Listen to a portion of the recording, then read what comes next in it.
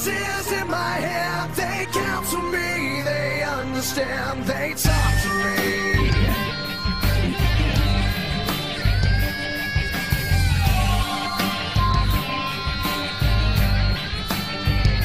You got jewels in your religion, all designed to keep you safe.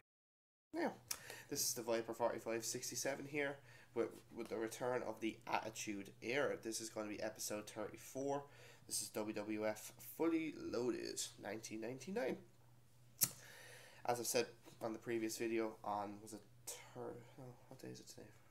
Monday, so it was Wednesday. It was Wednesday. I think it was Wednesday I uploaded. I don't know. My mind goes to me sometimes. That I got the network, so I'm gonna be watching all the. I can watch the Attitude Era without this interruption, basically. And I'm also going to do some other videos, WCW as well. I'm hoping to do some. I'm going to do some of the older ones and some of the newer ones, but sure, we'll see what goes on. Obviously, Random Pay-Per-View will be making a return as well. I just don't know when I'm going to do that yet. And obviously, Raw and other pay-per-view. Obviously, the pay-per-views coming up, like the Royal Rumble, Elimination Chamber, etc., etc. So yeah, so I expect I'm going to be doing some good load of reviews now. I'm actually looking forward to doing some of the WCW ones, just kind of take, like, from what I've seen from other reviewers, it looks absolutely, like, some of the pay-per-views are absolutely ridiculous, so it'd be good to review them as well. So yeah, so this pay-per-view wasn't too bad. It was probably the best pay-per-view so far of this year. Probably debatable, maybe not, depends on your outlook. This was on the 25th of July 1999, a crowd of over 16,500, and it was in the Marina Midland Arena in Buffalo, New York. So yeah, so on Sunday night heats, where are we? We had a couple of matches. Val Venus defeating Joey Abs after, which is good for him. The Godfather defeating Meat, which is good for him also as well. Christian defeating Viscera, which is also good for him. Gangrel, no, after Sunday night. Oh yeah, and then obviously Austin was doing an interview also on Heat. He got attacked by the Undertaker, and Taker splitting him wide open due to the enjoyment of Vince and Shane. So yeah, and also we'll see Undertaker getting busted open throughout the night as well, so which is good for them. So yeah, we'll get on with the pay-per-view. Before, also the night before, they had a live event up in Toronto, Canada, in the Skydome. Edge defeated Jeff Jarrett for the Intercontinental title. He was a late replacement for Ken Shamrock. So this leads to tonight's match. Jeff Jarrett defeating Edge in a good opening match to regain the Intercontinental Championship. I don't really get that, really, if I'm being honest. What's the point of holding it for a day, really, to be quite honest? Jarrett could have won by disqualification, or Edge could have won by disqualification, get his rematch the next night, and could have won it there. But it's just maybe the fact that they wanted him to win it in his hometown, which is all, I can understand that, but I just don't know. I don't know. But crowd chant, we want puppies because of the fact that Jarrett said they were going to take them out, which is disappointing for them, really. Spinning heel kick from Edge, backslide gets 2. Sunset flip him also gets 2 for Edge. Jarrett then rams Edge into the steps. Edge then twists his knee. I think he was going up to do something. Came off the top rope. Jarrett then works on the leg, the knee, and uses the goes for the figure 4, but obviously that fails. Roll up gets 2 for Edge, but obviously Jarrett pushes him and he goes shoulder first into the ring post. Armbar takedown from Jarrett, and Edge goes low, swinging neck breaker from Edge, and then a beautiful tornado DDT. The lights go out, then Gangrel comes out, tries to attack Edge. When the lights come on, there's blood all over the ringside area. No one got the blood pad this time because Edge attacked Gangrel while it was dark. So yeah, Edge then sit down powerbomb gets 2 for Edge, and then a spear. Gangrel, with the ref being distracted, Gangrel hangs Edge on the ropes, and that's how Jarrett gets the win. So yeah, good match. You can understand why Gangrel got involved. Obviously, Edge has gone from the Brood. Obviously there's a bit of a rivalry going on there, so I have no problem with that. Give it 2.5, easily. Good way to kick off the show. Next then, the Acolytes defeat the Hardy Boyz and Michael Hayes in a okay enough 3-on-2 handicap match to regain the WWF Tag Team Championships. This match started on the outside. Bradshaw rams Matt into the steps. Clothesline by Bradshaw on Hayes. Farouk then rams the steps into Michael Hayes, which was nice. Sunset plancha from Jeff because he ducks a clothesline from Bradshaw, flies right onto Farouk. It was fucking beautiful. Matt then with a moonsault onto the Acolytes, dropkick from the Hardys on Bradshaw, poetry in motion, and a senton bomb, which turns into a swanton. I guess 2 for Jeff. Spinebuster from Farouk, and then a big boot from Bradshaw on Hayes. Lovely power slam gets 2 for Farouk. Powerbomb then from Bradshaw. Twist of Fate gets 2, and then a suplex from the top rope from Bradshaw on Matt. I think it was one of the Hardy Boys got Kane and hit the skull of Bradshaw, that gets 2. Lovely clothesline from Hell on Jeff, and then a powerbomb gets the win on Michael Hayes. So yeah, decent match. The start of it was really good, like some nice high flying spots. The middle of the match got a bit boring, but other than that, I'd give it 2 stars because as I said before, I thought it was a good match. Some people probably will disagree with that, but I thought it was, well, I'd give it a 1.5 stars actually. I'm probably overrating it slightly, but I think it was a decent match as well. So all in all, a decent start to the show. Where are we next? Oh yes, the European title. Mideon apparently was just given the European title to Shane, because obviously that was in retirement. Apparently it was found in a bag or something, so Shane gave the European title to Mideon. Classic attitude there. But Dlo Brown defeats Mideon in a shit match to regain the WWF European Championship. Yeah, this match wasn't really good. Like, obviously it wasn't going to be great considering the fact that Mideon was actually in the fucking match. Yeah, just boring. Even crowd chanted boring. I give it 1/4 star. Nice suicide dive by Dlo. Some lovely right hands also. Mideon and rams Dlo into the steps. Gut wrench powerbomb gets 2 from Mideon, which was actually quite nice. Neckbreaker from Mideon, sit down powerbomb, and then the frog splash gets the win. That's about it. It really was not a long match, so I'll give it a 1/4 star because I'm fucking nice. So yeah, where are we? Oh yeah, the hardcore title. The Big Boss Man defeats Al Snow in a decent match to regain the WWF hardcore title. This match is Al Snow apparently wants Boss Man to put him out of his misery or something's been happening. Head gets a spike through his head or something. All this bullshit. It's fucking mental. Al Snow it looks like he hasn't slept for fucking days. If that's makeup, that's absolutely fucking beautiful. That's brilliant. But it was a good match. I thought it was a good match. Now I am a fan of hardcore wrestling as well, so I kind of enjoyed this one. Boss Man hits head, so Snow's kind of losing. Because they're on the outside. They start fighting on the outside. Boss Man puts Snow into a box, basically one of these box things. Then Snow just comes back out, hits Boss Man with a big, massive, heavy bag of sand, basically. Then they fight backstage. Boss Man goes low. Cookie tray to the skull from Snow. Then pours coffee all over Boss Man. I love Snow's reaction. Damn, that's hot. Fucking brilliant. Absolutely classic Al Snow. Like we all know that wasn't hot coffee, because there's no way could she fucking burn someone with a load of fucking coffee. They're gonna fucking have like a good degree of burns, basically. Just don't get why they do it, really. Suplex from Snow through a table. Bossman whips Snow with his belt. Bulldog gets 2 on the concrete for Bossman. Bossman then hits Snow with a brick for 2. Bossman then handcuffs Snow to a railing or fence or whatever, metal fence. Bossman hits Snow then with a nightstick for the win. So yeah, it's a good match. I thought it was pretty good. Snow kept saying some funny stuff throughout the match. Decent stuff. Give it 2 stars. I enjoy. As I said before, I enjoy a lot more matches than most people. Some people might give this half a star or a star, but that's just the way I am. I like hardcore wrestling. I know it's not much psychology wise, but sure, hey, look, it's fun. Next match then, the Big Show defeats Kane in a bad match. The Big Shot Hardcore Holly is the special guest referee. Yeah, where the fuck did he get that nickname from? I just don't know. I don't know. This is all because of what happened to King of the Ring and all this bullshit, basically. Match wasn't good, like as you can expect, really, to be honest. Show throws Kane onto the outside, literally fucking launches him out. Show then rams Kane into the ring post, and then Holly distracts Kane. Show calls Kane a bastard, which was fun.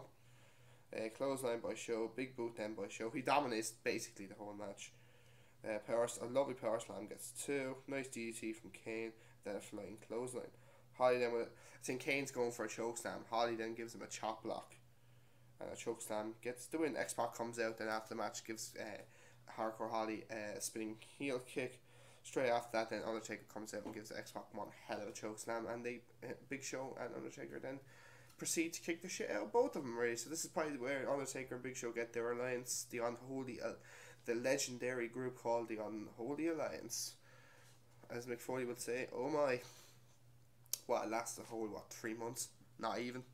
Because obviously Undertaker leaves before I think is it before or after Unforgiven?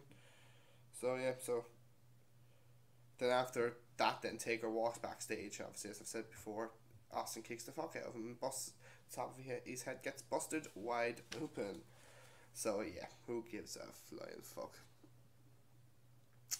Where are we? Oh yeah, next match then. Oh lads, this is why we come to watch wrestling. Ken Shamrock defeats Steve Blackman in a piss poor Iron Circle match. Now, Iron Circle I've never heard of in my life. It's basically cars surround. They've had these matches before. John Cena took on, was it Chavo Guerrero, was it? No, John Cena took on Eddie Guerrero, I think, in one of these type of matches. Chavo came back or so, I don't know. But this match was shit. Like, they had cars surrounding the fucking and very superstars. One of them was Kurt Angle. And I don't think he was even in. I don't think he made his debut. I don't know if that was his debut in there or not, because he was by one of the cars. It was fucking brilliant. But the match was shite. Like, it was what? How long did it last? 4 minutes. Why don't you just have a Lions Den match? I know they had one before, but like, why don't you just have one? I just don't get this. All this is over Blackman attacking Shamrock for no, coming back after a couple of months, attacking him. Shamrock had to fucking basically forfeit the King of the Ring shirt because of him and all this bullshit. But basically, as what I call it, it's a street fight. They used the cars for basically all the match. Shamrock hits Blackman with a chain and then choked him out. Few windows break and that's all, really. So straight up done in my opinion. You couldn't. I don't think you could even rate this match if I'm being completely honest, because it wasn't much. It was just nothing really. It was just a nothing match. Next match then, X-Pac and Road Dogg defeat Mr. Ass and Chyna in a okay match to win the rights for the DX name. Now, at the start of the match, they kind of said like, I think it was this. They said, oh, something to do, you know, like none of them. I don't think any of them really deserve it, because at first I said to myself, will they mention Triple H and Shawn Michaels were the ones who actually originally brought up DX? But they did, so I started saying, okay, I felt stupid. But no, it's kind of annoys me, like the fact that Chyna was part of it too. Fair enough, she was, but the 3 other guys only came in. What was it? Sure. About 6 months after it was started, or even 7 months even. So like, I don't know. But well, X-Pac was mainly like, but it's not a good match. I give it a star and a quarter because I'm generous. Drop kick from Road Dogg on Chyna and a splash by Gunn in the corner. Nice right hands by Chyna on Road Dogg. Crowd chant asshole to Billy Gunn, which is where he's wearing the most ridiculous pair of trunks I've ever seen in my life. See, the front you can't see a thing, but at the back you can see his ass. Like, I really want to see your fella's ass. Like, he really took that gimmick really fucking seriously, didn't he? Fucking idiot.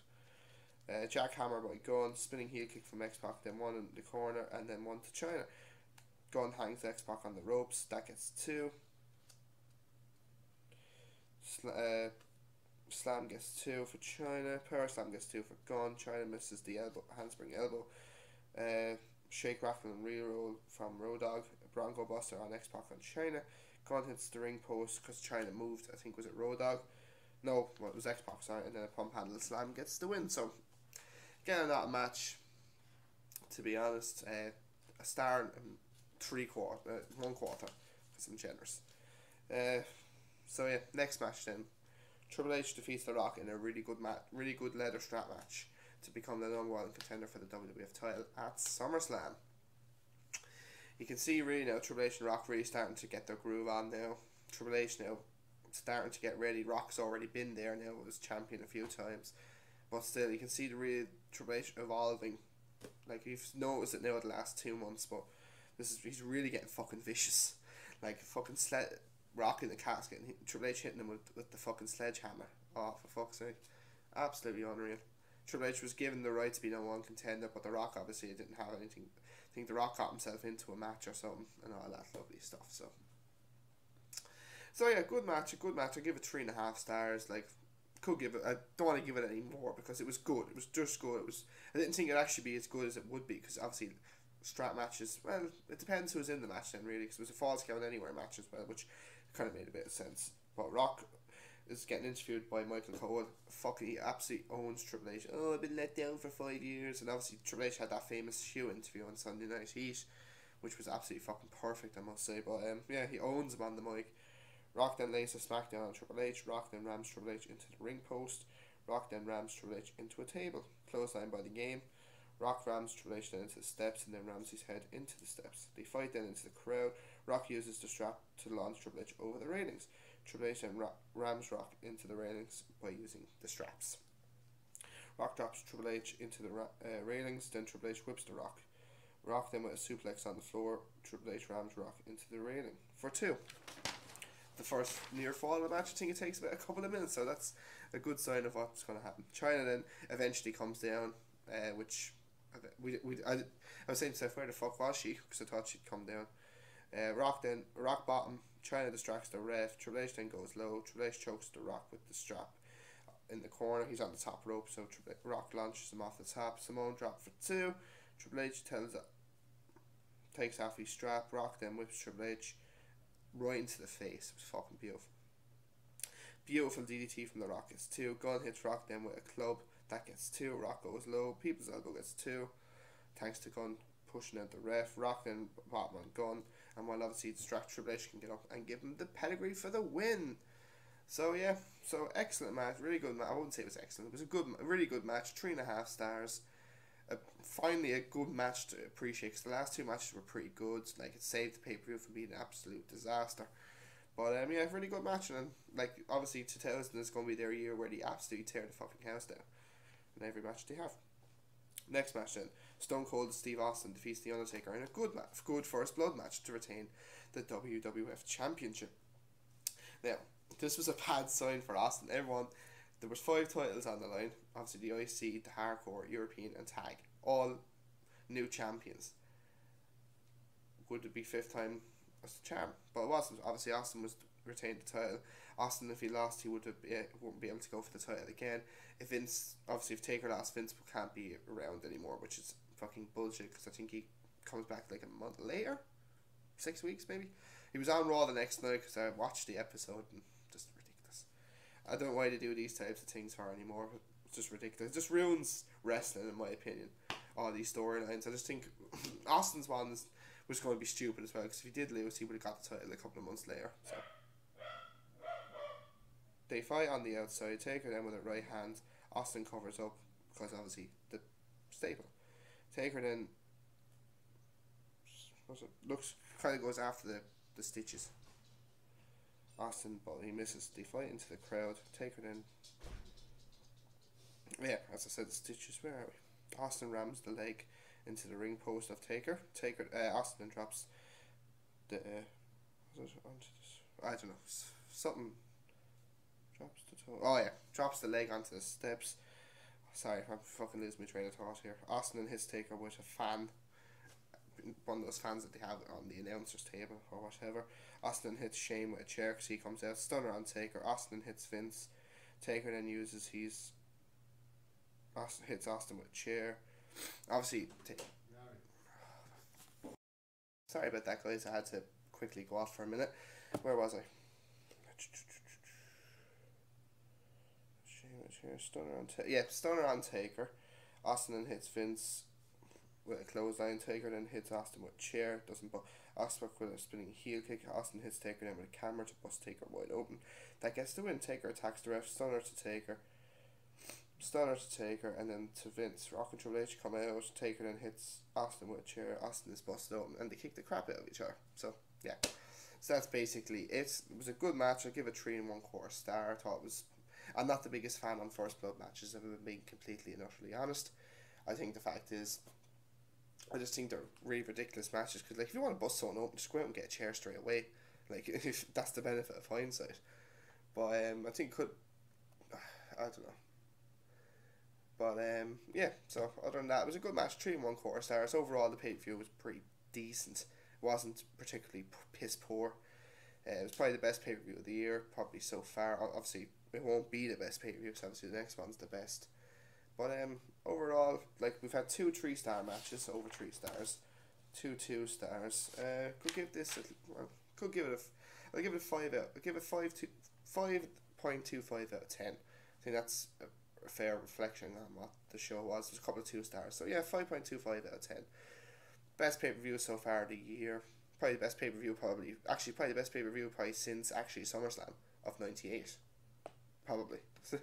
Probably is one of the best pay-per-views we've had probably in the past 8 months. So yeah. So 5.25. If you want to give it 5.5 out, actually I'll give it 5.5 out of 10. It was really good. It was enjoyable. It was enjoyable to watch. Like, it wasn't straining to watch. But I will be back in about a week or two to do another Monday. The reason why I'm doing this on a Monday is because I want to kind of get it going, but I'll be back to its original day on a Tuesday. I'll be back in 2 weeks. I'll be doing SummerSlam 99, which I'm looking forward to, because I haven't actually watched the full show. I've only watched, I think one match, so it'd be good to kind of watch the rest of them. So yeah, so I'm back now full time. I'm going to do Raw on Wednesday, which I'm looking forward to doing. I haven't watched much Raw. Actually, I haven't watched since I left doing reviews of anything. I think I've only watched 5 Raws in the last 3 months, so like not even 5, maybe 5. So that's what out of nearly 15 Raws, I've only watched 5. So yeah, and also I will be doing my. So this way. Is the Royal Rumble next weekend? I think it's next weekend. If it's not next week, it's the week after. But if it's this weekend, I'll check. But I'll be doing a prediction video as well. But enjoy. I'll be back on Wednesday for Raw, and hope you enjoyed the review. And I will talk to you guys on Wednesday. So take it easy, guys.